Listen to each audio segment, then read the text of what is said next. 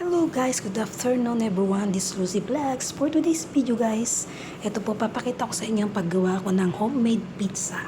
Ayan po ang aking dough, ayan. Ang ating harina na pinalsa. Ito po ang pangunahing sangkap, ang olive oil, mozzarella, tomato sauce, and oregano leaves, ayan. At ito po, iro-roll pin na po natin ang ating pizza dito. Ayan. Iro-roll pin ko na po ang ating pizza. Dito ko po, ito po ang ating lagayan ng ating pizza. Ang ating tray yan. Iro-roll pin ko lang muna guys ang ating dough. Ito siya guys, yung ating harina is called dough. Yan. Iro-roll pin ko po. Yan siya guys, para pumatag. Ayan, ang ating dough, para pumatag siya guys. Yan. Ayan, patag na guys. Ilalagay ko na siya sa ating tray. Yan na po, nakalagay na sa tray. Lalagyan ko siya ngayon ng olive oil guys. Itong olive oil ay i-spread lang natin sa ating dough. Ayan, ganyan lang siya guys.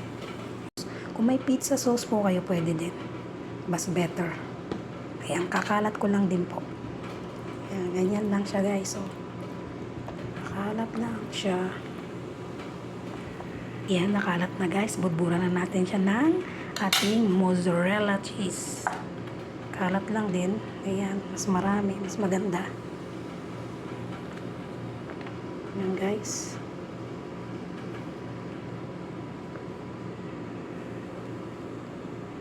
Ayan, okay na po ang mozzarella. Lagyan na po natin ng oregano leaves para masarap ang lasa at mabango. Kunti lang po ang paglalagay ng... Ayan, okay na po siya guys. Ready for oven ang ating pizza. Yan guys, sa oven na natin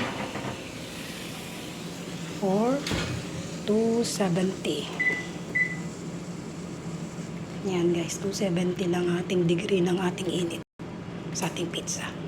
Babalikan natin siya guys mamaya pagkayari. Thank you for watching guys. Hope you like it my video. Please like and subscribe Lucy Vlogs. Thank you. God bless. Guys, tapos na po ang ating pizza. Press from oven. Yan. Ready for it na po guys ang ating